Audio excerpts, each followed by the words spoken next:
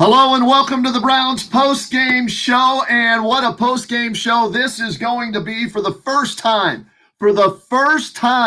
since 2002, when Butch Davis was the head coach of the Cleveland Browns. Tim Couch and Kelly Holcomb were the quarterbacks of the Browns. The Browns have made the playoffs for the first time since that year, 2002, when those guys beat Atlanta in the final game of the regular season to get in, with a lot of help from others. Well, today, the Browns, all they had to do was beat the Pittsburgh Steelers JV squad, and they were in.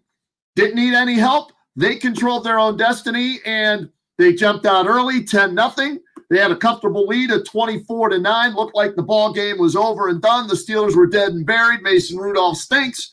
But, of course, as the Browns always seem to do, they make it interesting, but the Steelers, a 2-point conversion away from tying it up. The Browns defense rises to the occasion. The Steelers don't get the 2-point conversion. The Browns barely recover the onside kick, but they do. They hold on for a 24-22 win to improve to 11-6 on the year, and they qualify for the playoffs as the number 6 seed out of 7 teams in the AFC. And guess what? Just like in 1994 when the Browns made the playoffs with Bill Belichick, just like in 2002 when the Browns made the playoffs with Butch Davis, guess who they're going to play in the playoffs? It looks like it's going to be the Pittsburgh Steelers, the 3 seed, because Buffalo's throttling Miami, and that means Buffalo's going to be the 2 seed. So KC's the 1 seed, they get the bye. Buffalo will be the 2 seed. They'll play the 7 seed. That can't be the Browns, okay, to my understanding. So that means the Steelers are the 3 seed. The Browns are the 6 seed. They'll meet in Pittsburgh for the 3rd time this season to determine who advances in the AFC playoffs. We'll get the official verification on that as this Browns postgame show develops. But congratulations to Kevin Stefanski in his first year as the head coach of the Cleveland Browns. He takes a team that just 3 years ago was 0-16, 6-10 last year. They improved to 11-6 this year. They make the playoffs. Tip of the cap to Kevin Stefanski and the Browns for getting it done during this pandemic season. COVID cases left and right, shutting down the facility 3-4 days this week, whatever it was. They found a way to win, even though they made it real interesting in the end. But they're in, and that's all that matters. And let's throw up the numbers for you on the bottom of the screen here, so you see how they beat the Steelers 24-22.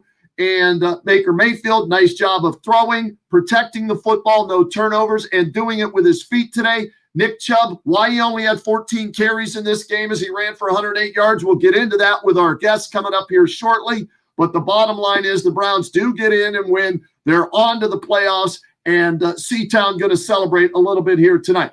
Thrilled to have a number of guests with us today to break this one down. A special day, obviously. So let's bring in our various guests that will join me for the entirety of this post-game show. First of all, my former radio partner on WKNR, Regai and Rhoda, back together again. Let's bring in Michael right now to join us on the Browns post-game show. How are you, Reg?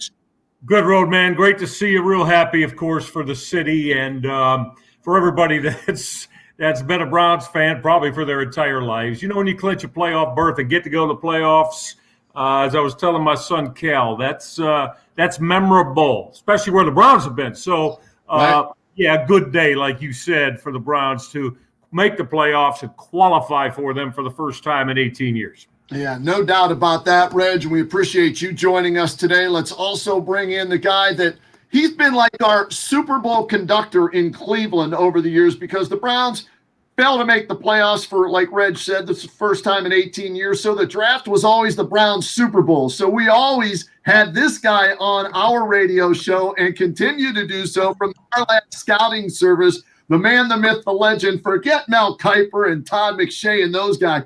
This is the guy that I trust the most. He was the one that said draft Baker Mayfield a few years ago, and the Browns did. Dan Shonka joining us from the Arlad Scouting Service. How are you, Dan? I'm doing real good, Kenny, and great to be with you. And I'm glad Baker's starting to pay off a little bit. Yes, he is, as he did it with his arm and his feet today to help the Browns get into the playoffs. So these two gentlemen joining us, and then a diehard Browns fan all the way from Hollywood, California, Mr. Hollywood, our Secret Service agent from Warehouse 13. There he is, Eddie Mcclintock, all fired up today. How are you, Eddie? Hey guys. Wow, what an honor to be in this room with all three of you guys, and congratulations. I mean, to all of us, we feel the pain, and today we get to celebrate a little bit.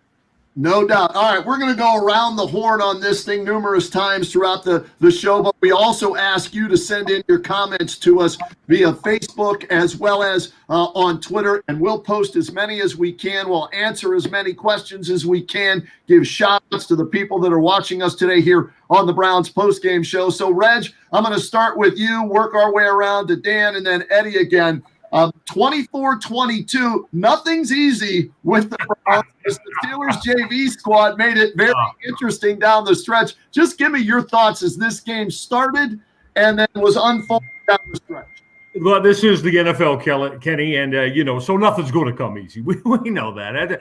That's usually the way it is, especially for an organization that has been in the constant state of flux the way the Browns have, going back to, as we said, 2002. Before the game, guys, I tweeted out I thought play distribution from the Browns was going to be very, very important, meaning run, pass, play distribution. I was looking for something like, I was going 65 snaps, maybe, Ken. I was looking for something like, maybe 40 runs, 25 passes. I thought that was that equaled win for the Cleveland Browns. Well, they didn't get there today. It wound up 30-27 run pass.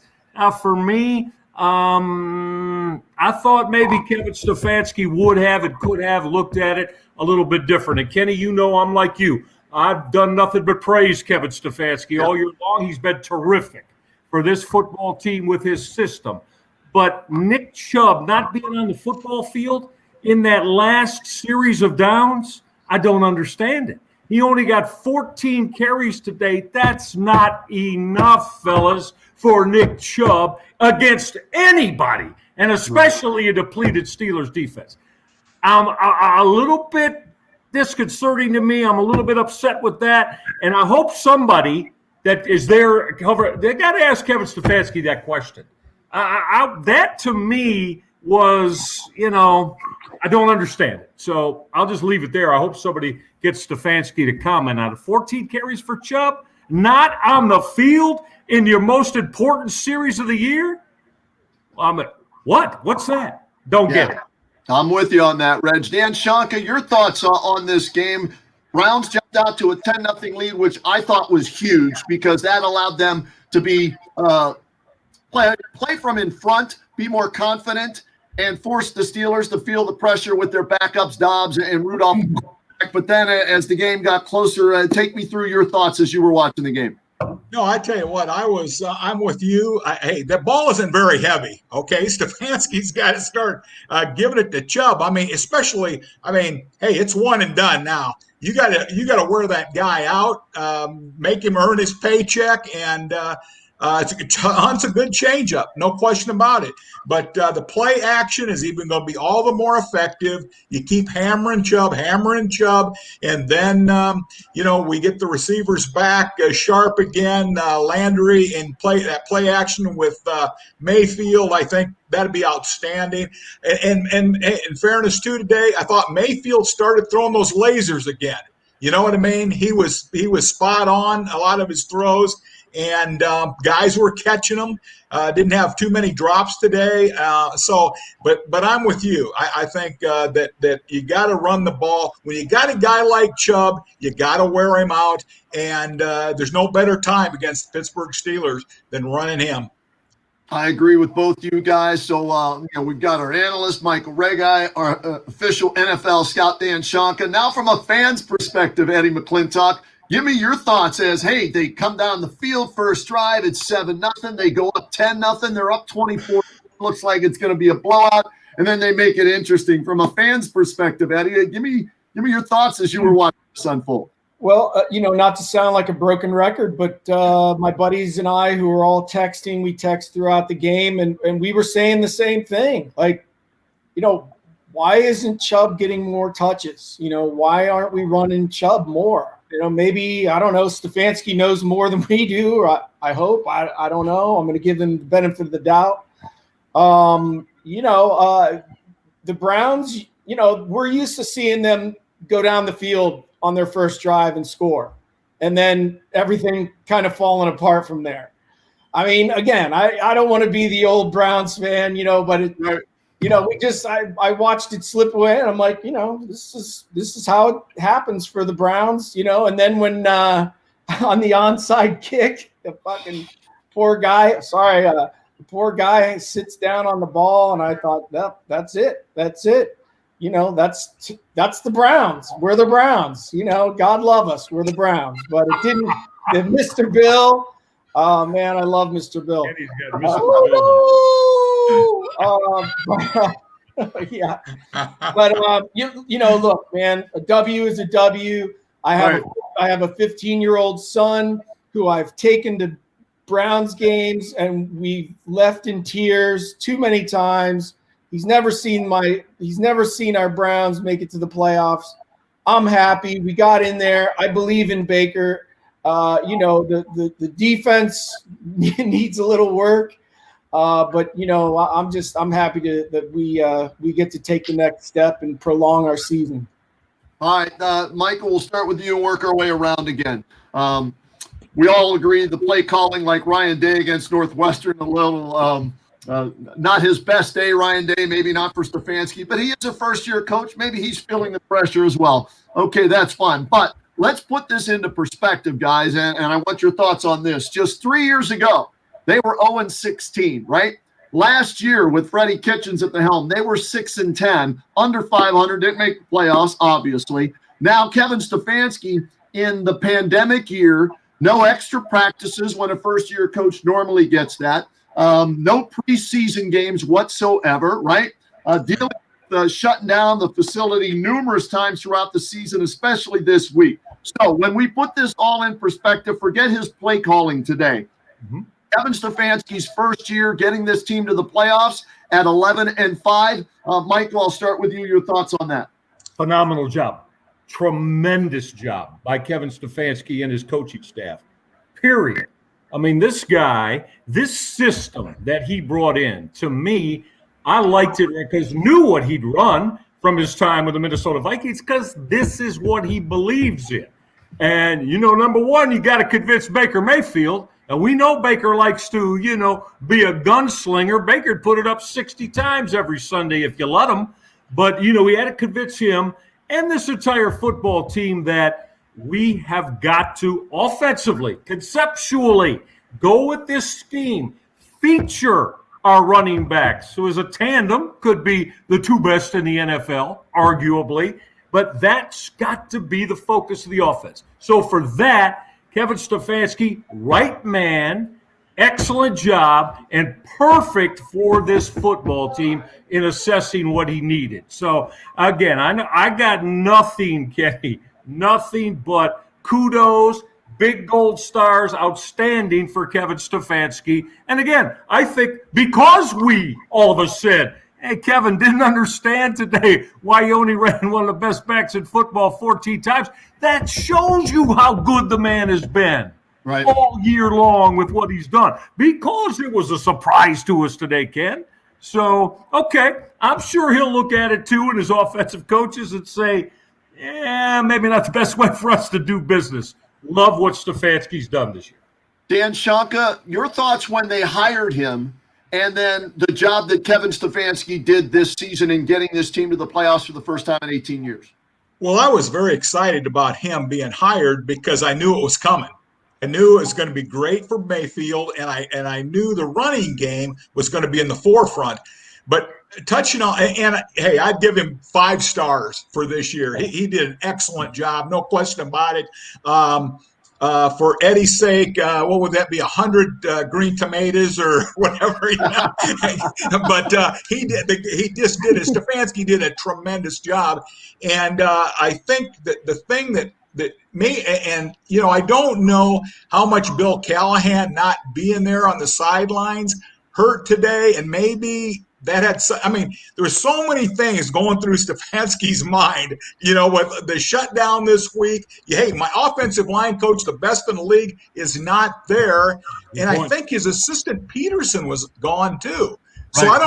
I don't know what exactly they did, if they had all their iPads on the sideline and what they did. Whatever it was, I know Bill was very controlled about it, but that might have had a little bit to do with something, in his play calls today. I don't know. But, hey, nevertheless, Stefanski did a tremendous job. I'm excited to see going forward in the future. I hope Bill Callahan sticks around. All right, Eddie Mcclintock, who's got that the Kevin Stefanski beard working, like you said. I think you put on a headset, you wear a mask, you could pass. For Kevin Stefanski. Eddie, your thoughts on the coach? Oh, thank you. Well, I usually get Jim Harbaugh, which as a Buckeye fan is. Sign him to that long-term contract, please. Up there, please lock him up. Maybe someday, when I don't have the beard, I can do, the Jim Harbaugh story and go on to claim and a fame. But look, from a pure fan position, I mean, every year that we get a new coach, I buy in. I'm like, that's our coach. That's right. Our coach, and I'm with that coach, and I believe in that coach until he proves otherwise.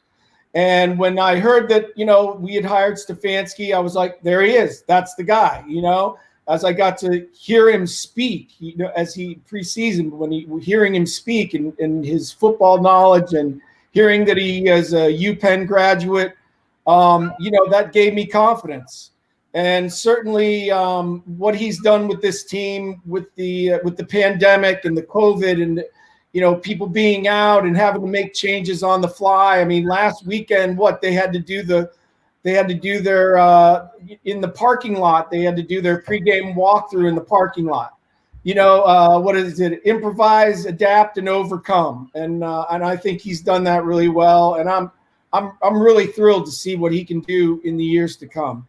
All right, well, it is official, guys. We will get the rematch next week at Heinz Field. Not sure if it's going to be Saturday or Sunday yet, but it will be Browns at Steelers in the playoffs, and you kind of just knew it would be, that way with this season and everything as they make it. And Kevin Stefanski, I'm reading a quote here, post-game press conference, Kevin Stefanski saying on the rematch with the Steelers, it's quite a challenge. We respect that team. We'll have to play our best to beat them. They'll have to play a lot better than they did today against the Steelers JV squad to beat them next week, but you get that week to prepare. The Steelers will have a lot more players back. The Browns will have some players back as well, so it should be an interesting matchup next week. Let's post some of these comments, questions that have come in, guys, up on the screen here, and we'll get reactions from you guys, as well as shout-outs to our viewers here today on the Browns post-game show. We got Quentin Singleton, who always checks us out. The boys are back in town. Yes, they're back in the playoffs for the first time in 18 years. And as Eddie said, for kids who are, 17 or younger, they've never seen the Browns in the playoffs. So it's a big deal for all of those kids. Isn't in 11? I don't know what that one is. We'll skip that. We'll go here. No, not that one. We got a shout out to Melena Johns. Go Brownies. Very good. We've got one here from George Ehret. The Browns found a way to win in the playoffs for the first time in 18 years. Yes, they did find a way to win. Here's an interesting one from David R. Shipe, number one, who watches us every week. Baker played a smart game today. Chubb needs to carry more, definitely in the playoff game next week against the Steelers. Let's talk about Baker, guys. Let's go there. And Michael, we'll start with you and work our way around again. One of the keys to Baker's success, which leads to the Browns' success, in my opinion, this year, is when he values the football. And I personally think, and a lot of people disagree with me, but ever since Odell Beckham Jr. went down, so did Baker's turnovers, right? That to me was Baker trying to force the ball to the big time wide receiver, the diva wide receiver. I think they're a better offense without OBJ. Some people think I'm crazy on that, but when you look at the numbers, his rookie year and this year without OBJ versus a full season last year with OBJ. Baker, to me, seems to be a better quarterback without him. When he values the football, the Browns win. Today, he didn't turn it over. They win by 2 points. A huge factor, I think, for the Browns to be successful. Reg, we'll start with you. Without question. Obviously, your quarterback has got to make plays when plays need to be made. We know that. But to me, this has been from the day the NFL started, the biggest, most important thing a quarterback has to do in a winning situation is value the football. When you don't turn the football over a lot, you've got a pretty good chance to be successful. Of course, given that you're a football team like the Browns and we're seeing the improvements made in the totality of the roster. But to me, I like Baker's progression this year, Kenny, overall. If I'm going on the 60-game thing, because he's valuing the football more to me. He is not, that throw he made to Donovan Peoples-Jones today, he hung him out to dry, and Jones, the DPJ, got drilled as that throw was 3 feet over his head. But again, that's for the most part. Baker, I think, has made significant improvement this year in the way he valued the football, secured the football, and understands. Now, there are times when you want to take your shot, sure. There are times when you want to be that gunslinger that he's had going back to his Oklahoma days that we talked about. But there are also times that you got to be real smart. And the guy that understands that it's not time for that right now. So to me, he's made significant improvement in that this year. And I think that's going to go a long way to the sustainability of Baker Mayfield as I'm not going to throw elite, but a very good winning quarterback in the NFL. As you look at that, can you put your team in position to win? He started to do that this year. Dan Shanka, today I thought Baker did it in 3 areas. Throwing the football, made some nice throws at times, didn't turn the football over running or throwing it, and speaking of running, his feet today. That was an element we really haven't seen a lot of in many games. But today, 2 of his runs were ginormous for the Browns. And so I thought a complete game from Baker Mayfield when they needed to have it from him with some, guys in and out of the lineup. I think I'm going to tie it all together and say good decisions. And I think that's when Baker's on, he's making the good decisions, whether he's throwing it to the right guy. And I don't want to sound cliche-ish either, but going back to my coaching days, hey, you win games by avoid losing them. And you just don't turn the ball over, and that's how you win football. I mean, football it seems to be more complicated than it needs to be, but you just don't turn the ball over. The quarterback makes good decisions. If they got to throw it away, they throw it away. You don't throw it into a crowd. And that's one thing I always admired about Baker at Oklahoma. Now, Baker made good decisions. I studied him for 3 years, and he always made good decisions. And then when he got, the mishmash the last few years, he was a different guy. And then I think this year he's like you guys were talking about, it's one step. He's making a step at a time. He's getting, what I knew Baker Mayfield to be. And I hope he takes that step again next week and against Steelers. But, hey, that's how you win those games. You avoid losing them and don't turn the ball over. Eddie, you and I have been talking about Baker all year. We've had the conversation, are you buying stock in Baker Mayfield? 11-5, right? Number 1 overall pick. They've got to pick up his 5th-year option now and pay him $25 million on that 5th year and then consider whether or not they want to extend him long-term. But he's trending in that direction, isn't he? Yeah, I think so. And again, hats off to Stefanski here. I think that he's really, I think he and Baker have come to a place where, he's coached him up to a point where Baker is, he's still mobile and wants to throw the ball and do the things that he wants to do, but he's learned to be a little bit more relaxed, control the ball, and as these guys said, not turn it over. So, I think that, I think that Baker's is the real deal, and you know, I'm gonna go and buy I'm gonna go 8. I'm gonna go buy 8 shares. I'm up 8 to 8. shares of Baker Mayfield stock. That's up from the 4 from earlier this year. So Yeah. doubling down on that, huh? Yeah. All right, guys. The defense. We said from the beginning of the season, because you can't fix the entire team in 1 year, and Andrew Berry knew that, right? Right. So they addressed the offensive side of the ball. They got Conklin, the right tackle. They got the left tackle Wills in the draft. You had Hooper, the tight end there. And so you gave Baker the protection he needed and the weapons he needed. The defense, we said you're going to have to outscore teams this year until you get that fixed. But as of late, now granted it was the Steelers JV team today, Mason Rudolph, who threw for 300 yards today, so that might scare you with Ben back there next week. But still, I don't think he's the long-term answer for the Steelers there. But this defense has played better as the season's gone on. Are they good enough, the defense, Michael Regai? I'll start with you. Is this defense good enough to help the Browns win a playoff game starting next week? Well, that's a $64 million question right out of the chute. I don't like the matchup with the Steelers, Kenny, with Ben Roethlisberger on the field at Heinz Field, okay?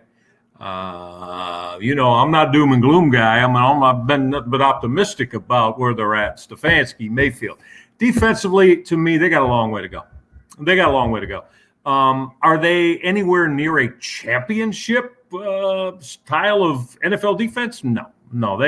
They got a lot of things they got to get better at. They got a lot of things they got to clean up. And again, you hit it perfectly, Kenny. Andrew Berry in his first year. Oh, Andrew Berry's done a fantastic job, by the way, for someone who, you know me, the biggest Sashi Brown antagonist. He never should have been an NFL general manager as much as Kenny, your dog. Anyway, he came in, Andrew, there you go. Andrew Berry came in there with him, remember, right? Yeah. And I think Andrew Berry's been terrific. Now, again, yes, he went offense in his first offseason. Kenny, you just pointed it out. I don't need to add anything to it. Now, I want to see Andrew Berry. Kenny, if he goes 90% on the defensive side of the ball, free agency and 21 draft, that's the right way to go. And that's what he's got to do. And I have great belief in Andrew Berry that that's exactly what he's going to do. So they got a ways to go defensively. They're not a championship defense. I'm sorry I've been bloviating. Your question was, can they win a playoff game? It would have to be a very high-scoring playoff game, Kenny. I just don't see the Browns defense going into Heinz next week and holding Pittsburgh to 20, 23 points. I just don't see that. Game gets up into the 30s, high 30s. Hell, maybe even you get a break. Yeah.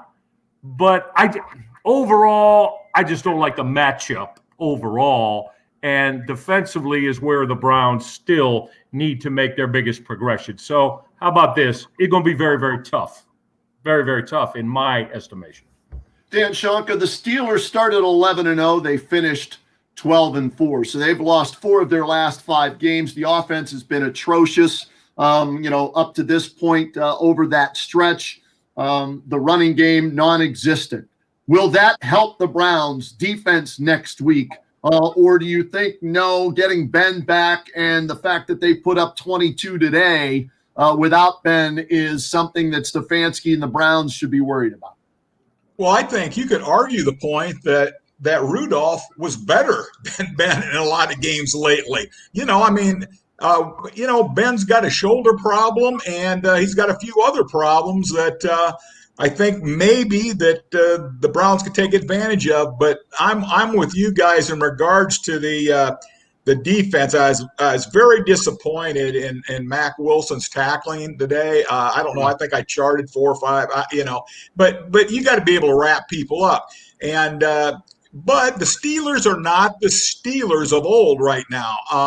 Their offensive line, you saw what happened. Villanueva, he just got buckled. And but that means the Browns' 2 defensive ends have got to play. They've got to be in there but the defense isn't championship level. It's not. It's just it isn't. Ward to be back, that's going to help. They've got matchup problems with Claypool. I mean, everybody has matchup problems with him, so you're going to have to take care of him, double him, and play people over the top, which, makes you weak in another part of your defense. But that being said, I think the Steelers have demonstrated they've had enough problems this year that, if the ball bounces right, the Browns have got a shot at it, okay? But, hey, it's a whole new ball game now. Next week, we saw – I won't say it was JV because the Browns didn't have some guys there too. But you're right, and I think that when the playoffs come, it's a whole different level, and we're going to see what the Browns, if they can rise up and play at the same level the Steelers do.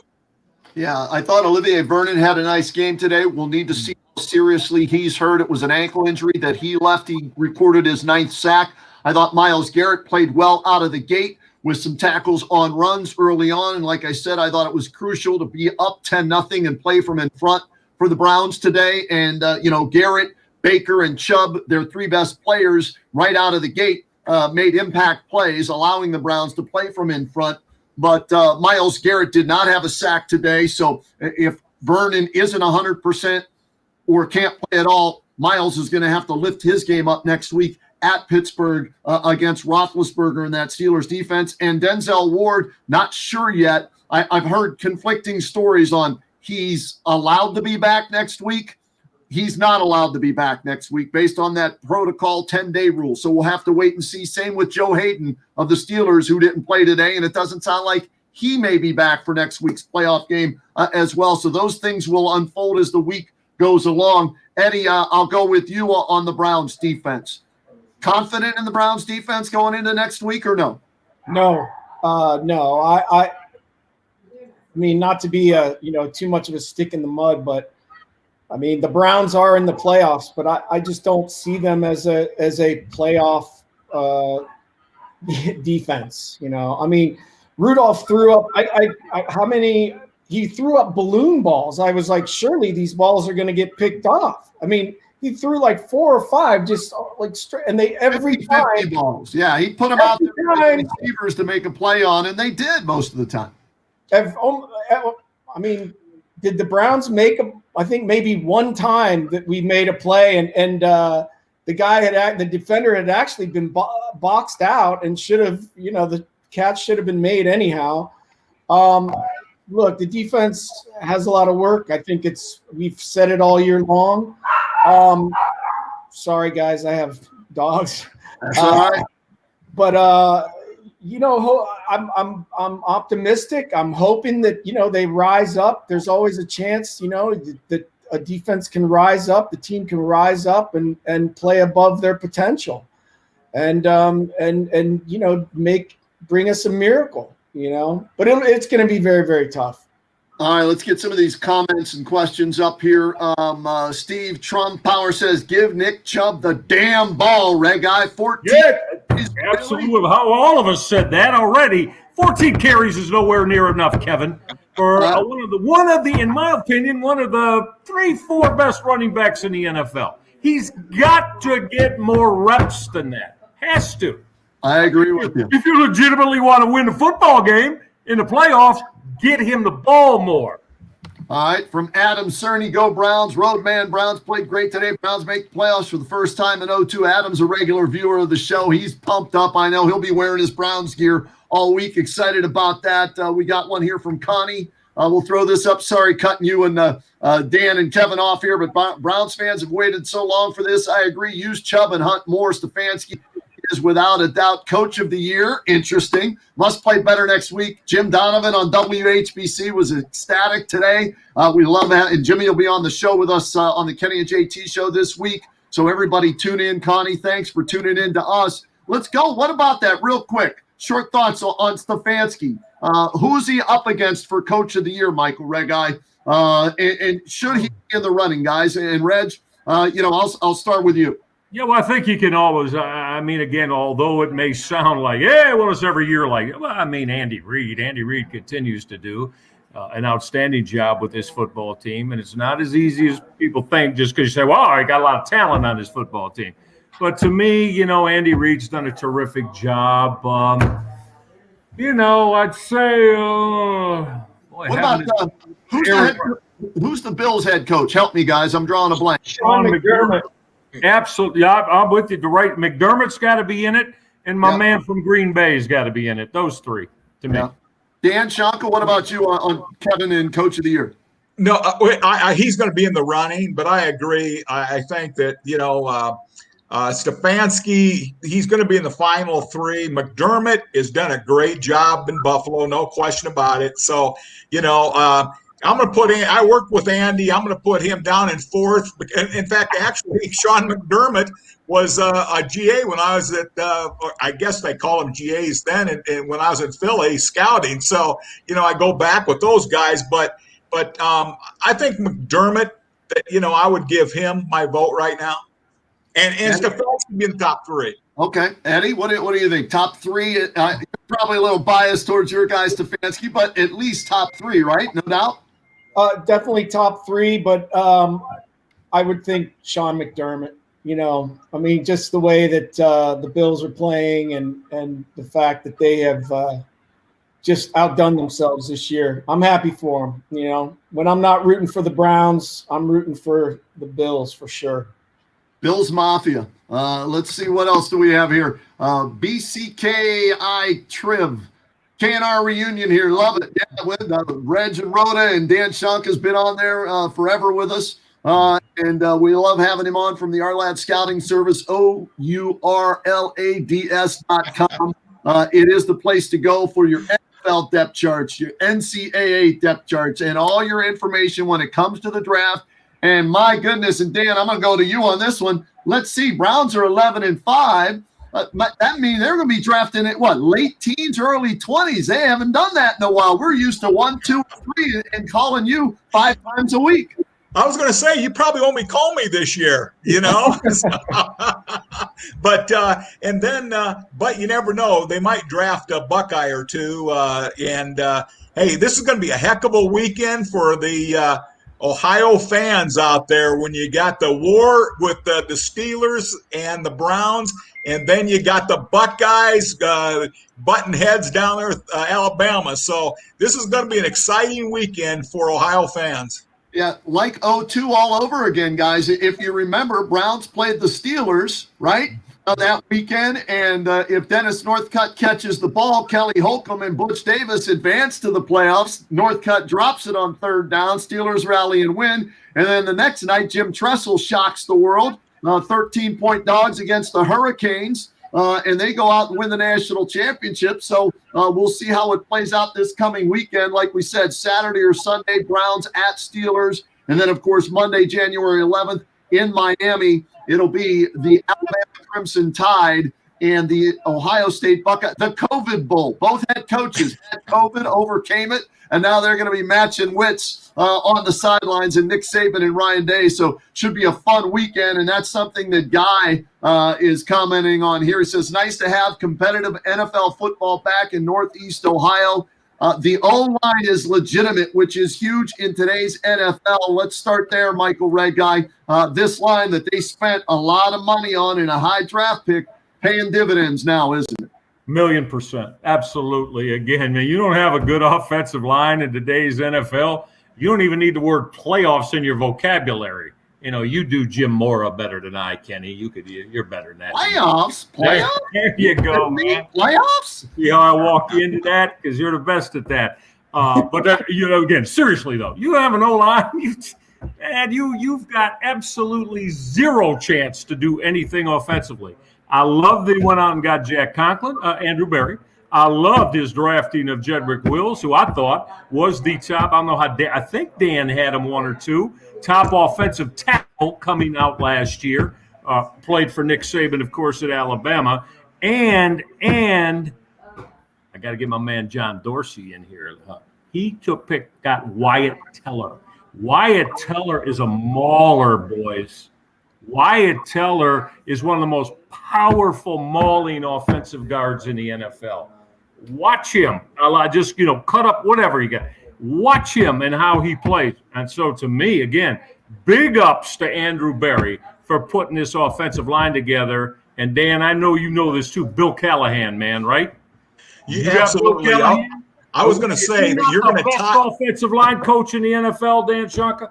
Absolutely, and I knew I was going to tie it all in with Bill Callahan because, in fact, Kenny, when we first talked about Callahan coming, I said hey, that's the best draft choice that the Browns could ever get because this man is I mean, if you could see his books, the way he goes over things with these players, he has got a book on each of his own players, their steps. Everything. I mean, if you're zone blocking, the way you lead step, I mean, it's absolutely incredible. He ought to be in the Hall of Fame whenever he's done playing done coaching because he is just tremendous. But anyway, Bill Callahan tied it all in, and now they just got to build a little bit more depth when somebody gets wounded, But Bill Callahan is the guy.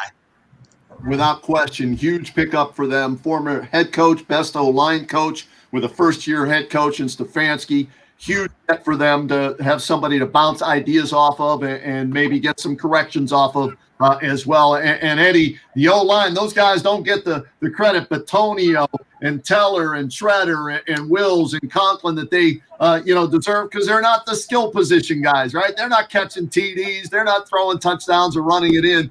But you know this from playing the game and as a wrestler and how important leverage is, right? The O-line ginormous for the Browns this year. Yeah, and I also want to speak on Jedrick Wills' acting ability. He did that commercial with Baker. I thought his timing was really good. He seemed to be in the moment.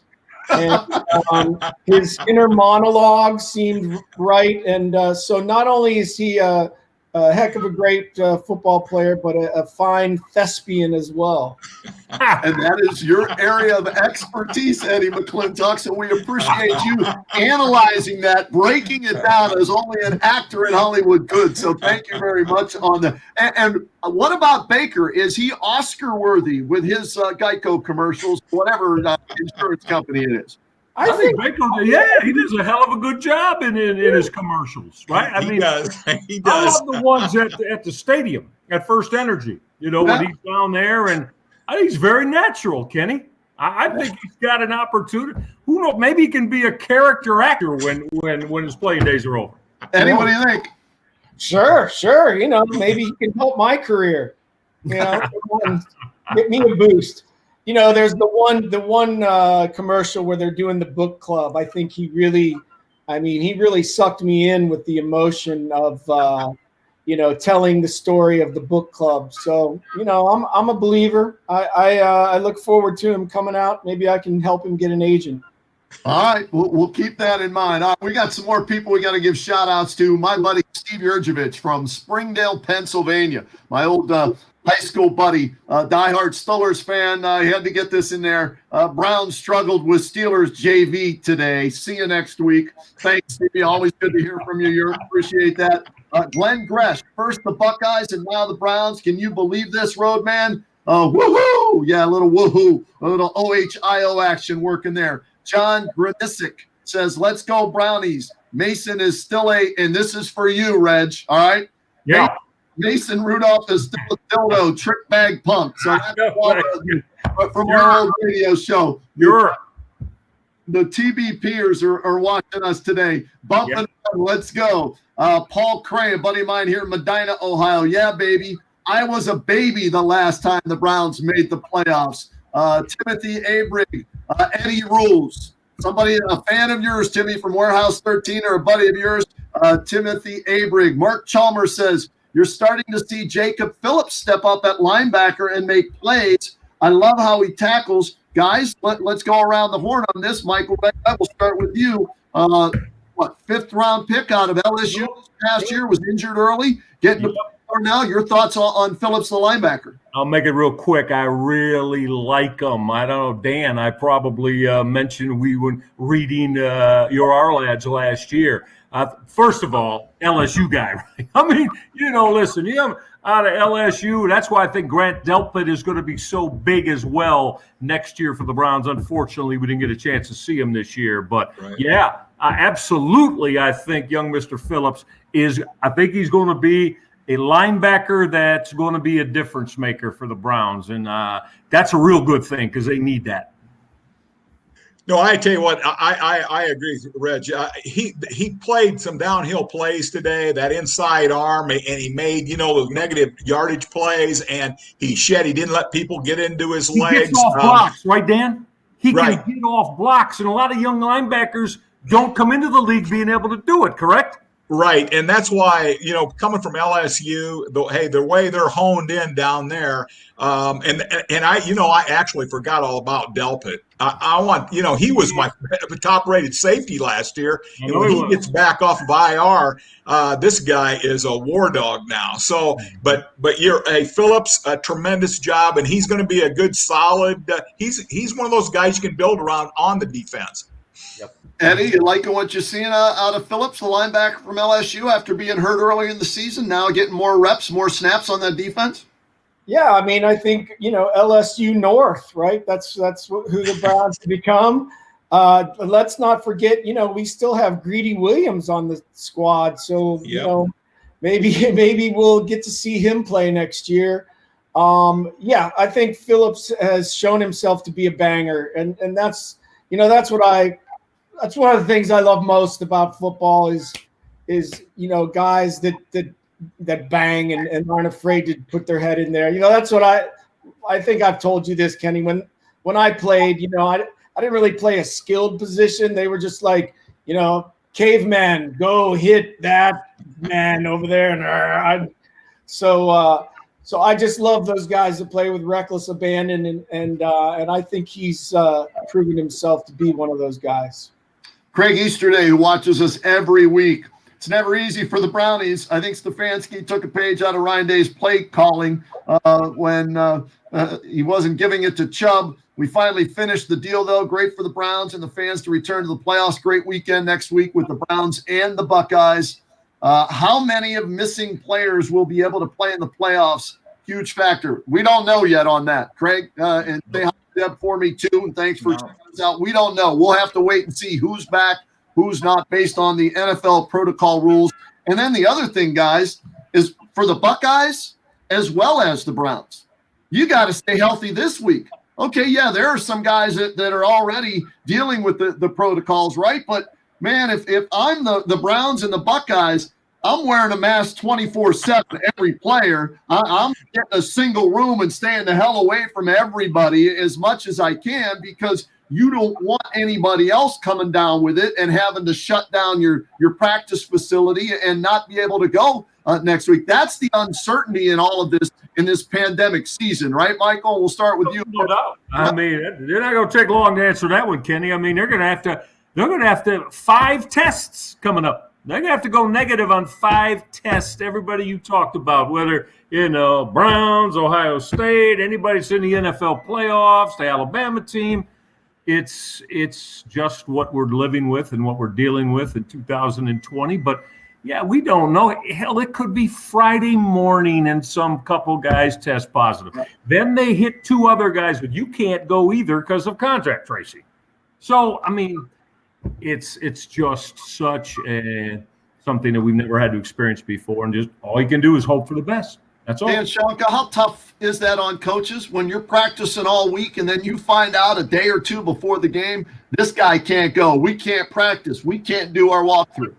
Very tough. Like Eddie was saying earlier, that, hey, this all fell apart. They're practicing in the parking lot or underneath a parking ramp last week, lining up, using the tight ends because we don't have any receivers. So now we got to put these,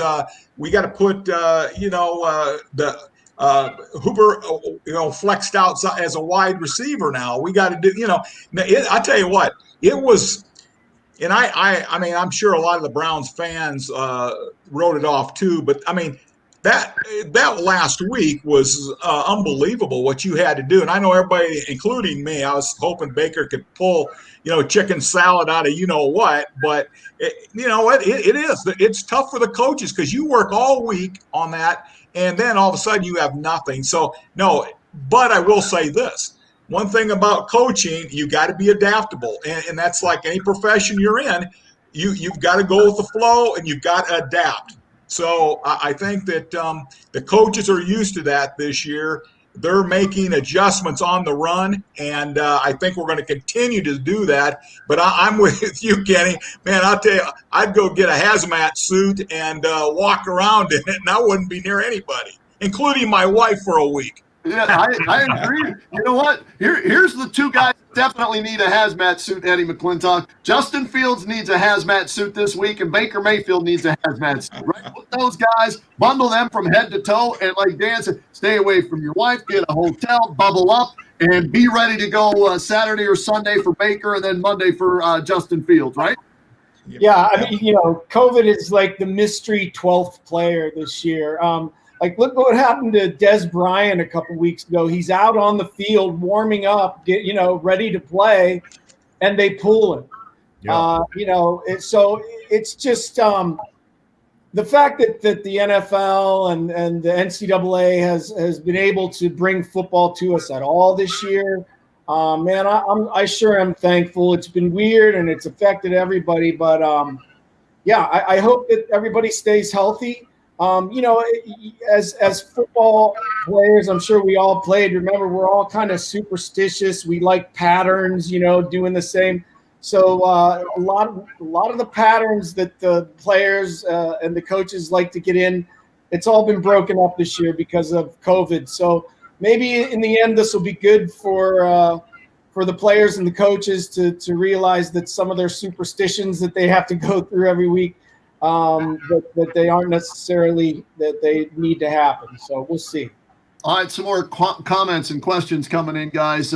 Rick Mooney, pathetic game by the Steelers. Obviously a slower fan, not happy with it. Matthew Whitmire is checking us out today. Thank you, Matthew. Dale Milano watching us. Nick Serrano is watching us today. Glenn Gresh checking us out. David Vukovic is watching us on the Browns post-game show. Leslie Bell, I'm so happy the Browns are in the tournament. That's right. And they made it as the 6th seed. So they didn't get that bonus selection because of the pandemic. They made it as the 6th seed, so they would have been in regardless, it looks like. Vic Price is watching us today. Jimmy Andrews, another buddy of mine from back in Springdale, Pennsylvania, checking us out. Our buddy Rob Stone, Red from Robbie Stone, Garage down in Cleveland, Ohio. Rob, every day with Rob Stone. Melvin Stickle, Steve Moss, everybody watching us here today. So keep the questions and comments coming. Another question that just came in. Do the Browns have to run the ball more next week? Beat the Steelers. Mike O'Reilly. I'll do my Pete Rose. You ready? Yeah. Guy, go. Yes, with exclamation points next to it. Yes, exclamation points. That's all. Yes, and I'd like to see some good play action, though, out of Baker, too. Eddie? Yes, written in the blood of our enemies. And I'll do my best, Marv Albert. Yes, and it counts. Much more on the ground. In fact, the Hooper touchdown pass, the reason that he was that wide open, Dan, you mentioned you'd like to see more play action. 1st and goal, play action fake to Chubb, linebackers come up, Hooper sneaks out on the left side, wide open touchdown pass, right? And that's where Baker's very good with his ball handling, right, Dan? Yes, sir. And football isn't very hard. I mean, it's just, hey, you run it. You can go play action. Okay, play defense, make tackles. So, I'm all for the running. I want to run the ball first. Okay, I mean, especially with Bill Callahan. But then I like to have that play action game in there. Yeah. Eddie, I'm going to throw this up. Guy Gondone. Eddie comes with the acting vernacular. Nicely done. The vernacular of Michael Regai and Eddie McClintock mixed together on one Post-game show, phenomenal. I've outdone myself. I'm going to pat myself on the back for that one, for getting these two guys on the show with us here, along with Dan and I, with their expertise with the vernacular. And then, of course, Dan breaking it down as only he can. Dan, I'm going to start with you, and then I'll go Reg and Eddie on this. AFC, Chiefs are the team to beat. Who in the AFC playoffs? And we know that it's Chiefs, Bills, Steelers, Colts or Titans, and Browns that are in the playoffs. Who gives Kansas City a run for their money, Dan Shanka, in the AFC? I'll tell you, the hot team right now is Buffalo. You know, I mean, Buffalo is – I want to tell you something. Josh Allen in the past year has been absolutely phenomenal. I mean, it's just – and I'll tell you, I sometimes I think the Chiefs are feeling themselves too much. And Buffalo, hey, they're that blue-collar, rust belt team that just wants to fight you. Okay, we'll take you out in the back parking lot. You know what I mean? And I just think Buffalo is the one that could take out Kansas City. Michael, what about the way Baltimore is playing, though? It seems like that bout they had with COVID where everybody had it and guys missed time. I don't know. Did it keep them fresh? Did it allow them to – I don't know what happened, but all of a sudden they beat the Bengals 38-3 today. The great game against the Browns was the key one for them. They needed that to make the playoffs. I don't know. Do you want to play the Ravens right now if you're an AFC playoff team? No. And I'm not and again, I'm going on what he's done his first two league. Let's be Lamar Jackson in the playoffs. Not good. Not good his first couple years in the league. However, off what you just said, Kenny, right now they are one of the hottest teams in the NFL. Defensively, we know they've got enough to keep themselves in games. And if Lamar Jackson has kind of figured some things out, guys, with that offense, and he's going to play, quarterbacking football the way they all believe, they're going to be a tough out. I'm with Dan, though. I think the Buffalo Bills, for me, the Buffalo Bills can go into Arrowhead and take out Andy Reid and his football team. Because you don't have to do it 4 or 7, Kenny, like MLB or the NBA or the NHL. All I got to do is one time. Can't tell me that Buffalo can't win in Arrowhead. I believe they can. So to me, I think they got a hell of a shot of unseating KC as the top team in the AFC. Well, Eddie, what about you in the AFC? Who do you think gives, I don't want to say scares Kansas City, but could give them a run for their money? Because the Chiefs, defending Super Bowl champs, the favorites, they get the bye next weekend. I agree. I think that the Chiefs tend to feel that they're a little full of themselves, and I would love nothing more than to see the Buffalo Bills go in there and show them what's what. So I think the Buffalo Bills, but certainly not discounting Baltimore. They're dangerous, but I would pick the Buffalo Bills. All right, some more people checking us out. Lisa Gumbert's watching us on Facebook, I'm guessing, on the Browns postgame show. Thanks, Elise. Steve Moss, let's not put a corner on an island with a 6'4" guy and expect him to handle it all day. And talking about Chase Claypool, he's such a nightmare matchup. And, Michael, I'll start with you and work our way around. Why the Steelers are able to find wide receivers in the 1st, 2nd, 3rd, 4th, 5th, 6th, or 7th round for whatever reason, okay? I'll tell you why. It's because they got one of the best personnel organizations in the NFL. That's why, because that's a position with Ben Roethlisberger. Well, that's a priority position for them now, Kenny. And they're going to do everything they can. And they go get them, man. You're right. They go get them as well as any organization in the NFL. Dan, how did you have him rated coming out of college at Notre Dame? And are you surprised at the success he had in his rookie year setting Steeler records for rookie receivers? Well, obviously, that's a tougher position to play in the NFL than people think. The receivers, you look back in history. Now, of course, Jefferson set the world on fire out of LSU and Minnesota this year.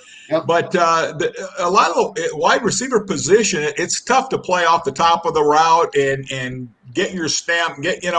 You're playing against the best defensive backs in the world, okay? Yep. And Claypool, you didn't know, Canadian, didn't play a whole lot in high school. Then at Notre Dame, he got better and better and better and better, and then boom, his senior year, he was outstanding. And I think that, and he's still growing. The mental part of the game, because physically, I don't know how much bigger this man can get because he's got huge hands and so a very physical receiver. But there's more of those now in the player pool than you think, because just more guys playing receiver now, and a lot of them have played basketball and they're moving into either a flex tight end receiver spot, but no, they do a great job. In fact, this year, today's game, for instance, you look at Dotson, the offensive guard, number 69 for the Steelers. He's a rookie. Okay, he'll be their top guy. He's going to be one of the top guys next year and going forward. And then a guy that had a sack today against Baker was Hightower, number 56, their defensive end. So, and both those we had in the East-West Shrine game last year. That's why I know him so good. And but anyway, so I think that the Steelers, they have priorities, and they take players around earlier than maybe some others do, where you got them graded. And so that's why they accumulate that talent. But I tell you, the Browns are accumulating talent. They got people there at no talent, and they're going to get better every year. And unfortunately, you can't do it in 1 year. Right. Hey, Ken, can I have a quick question to you? We know the Steelers lost both Devin Bush and Bud Dupree, right? Do you and I'm gonna be honest, I don't think it showed up that terribly negatively against them. Bush and Dupree are both outstanding players. Do you think in the playoffs, Kenny, that this would start to become a little bit more of a factor without those two than it's been?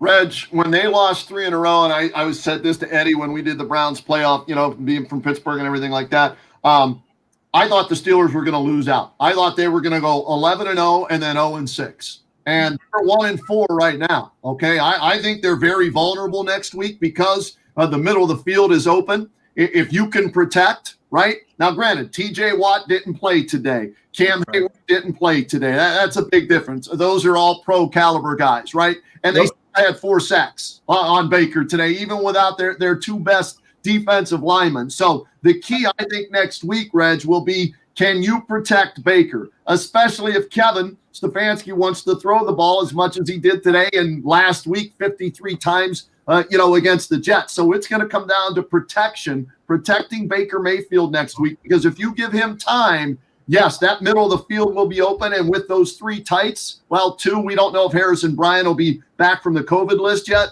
but at least Njoku and Hooper and Landry in the slot over the middle, that could be an area that the Fair enough, though. As we were talking about, though, Baker, please stay away and do not test Minkah Fitzpatrick. Please, Baker. It's going to be trouble. Dan, it's going to be trouble. He starts throwing that football around Minkah as much as he did today. I was cringing a few times today. No, that's absolutely right. He's got to. You've got to know where you're. You got to account for those people and stay away from them. And Minkah's playing out of his mind this year too. Has a great pickup for first round. He's one of the best frees in the NFL, man. He's outstanding. Absolutely. So, and he's a guy that he's made it for their secondary back there where he breaks on the ball. So, yeah, you're right. Hey, Baker, stay away from him. Okay. Eddie, just your thoughts. We'll wrap things up here today with, going into next week with the play. Hey, happy, joy. Browns are in the playoffs, 18 years. Even if they lose next week, Eddie Mcclintock, right? Major steps forward, over 500, second place in the division, 3 division wins this year. And you're going to get a test in the playoffs to get that experience, right? So regardless of what happens next year, this has been an extremely successful season for the Browns, hasn't it? Yeah, I mean, I remember last year at the beginning of the season, everybody was talking about Browns in the Super Bowl, and then by the end of the season, like I had no confidence going into this season. I mean, I just was like, I just thought that we were adrift. But now, win or lose next week, we got into the playoffs. I want them with all my heart to beat the Steelers. I hope they do. I think it's going to be tough. And if they don't, I'm okay with because knowing that we're growing and becoming a better football team. And I think next year we're going to be a force to be reckoned with. All right, our buddy Zach Terry's still listening to us, your buddy Eddie, and he threw this up here. I want to get it up before we get out of here. Baker had a nice game, but the play calling was troubling. Defense is a serious problem. So next week, Reg, the play calling, what would you like to see more from Kevin Stefanski and the defense in that game at Pittsburgh? Well, like I said before today's game, and I mentioned when we started the show, for me, more positive pass play distribution. I really believe I got to have the Browns running the football, more than 50% of the time of their offensive snaps, because that's who they are. Yeah. How you going to be at Pittsburgh and what have you? And again, it's not that I don't trust Baker, but just like today, they probably don't win that football game if they don't get that early lead and establish somewhat of control, Kenny, of the football game. They probably don't win that. So that's what I'd like to see next week. Again, we'll see how it plays out. I'm confident that Kevin Stefanski, Bill Callahan, his offensive coaches all week long are going to look and say, we got to run the football this week. I'm very confident in that they will. Dan Shanka, your thoughts going into next week. What do the Browns have to do to have a shot at beating Pittsburgh in the playoffs? Well, I tell you what, I know I'm singing to the choir, but they got to run the ball, and I'll guarantee you, I've been with Bill Callahan I don't know how many years between scouting different places and studying Bill. I've known him 30-some years, and he's going to have those guys ready up front, and they're going to create some seams in there. And I'll tell you, those backs are going to know where to come off the hip of that blocker, and they're going to be primed and ready to go as long as Bill's off the COVID list too. So he better get a hazmat suit. No question. Hey, guys, thanks so much for joining us today here on the Browns Postgame Show. The Browns are in the playoffs, so we're going to do something to speak on the Kenny and JT Show from 3 to 7 p.m. We haven't done since 2002. Break down and preview the Browns versus somebody in the playoffs, and it just so happens to be the Steelers again, so it should be a lot of fun along with the Buckeyes playing as well. So, Michael Regai, Happy New Year to you. Thanks for coming on. Dan, thank you, Kenny. Always a pleasure. Thank you. Happy New Year. Thanks for coming on. And Eddie Mcclintock, actor extraordinaire, Mr. Hollywood. We always appreciate you checking in with us, and we'll see you in the near future, all right? Yes, sir. Thank you, guys. Thank you so much. There they are, breaking it down for you as only they can. We appreciate it. All right, that's going to do it for us here on the Browns Post-Game Show. Brownies a winner today, 24-22 over the Steelers.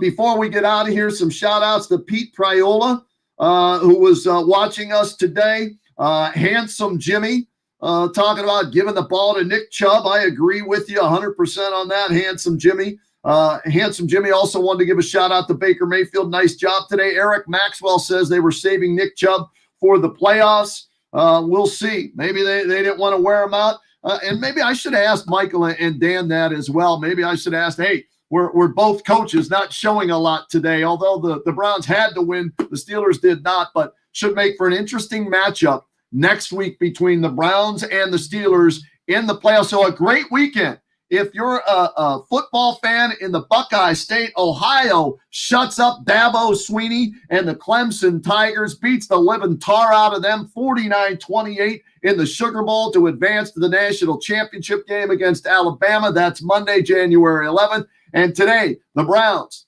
big lead early, hold on, beat the Steelers 24-22 to advance to the playoffs for the first time since 2002. We'll talk all about both of those wins and preview the matchups on the Kenny and JT show all week long on News Talk 1480 WHBC. Make sure you tune in there. But in the meantime, a couple of things. Happy New Year to everybody. 2021 already off to a better start than all of 2020, right?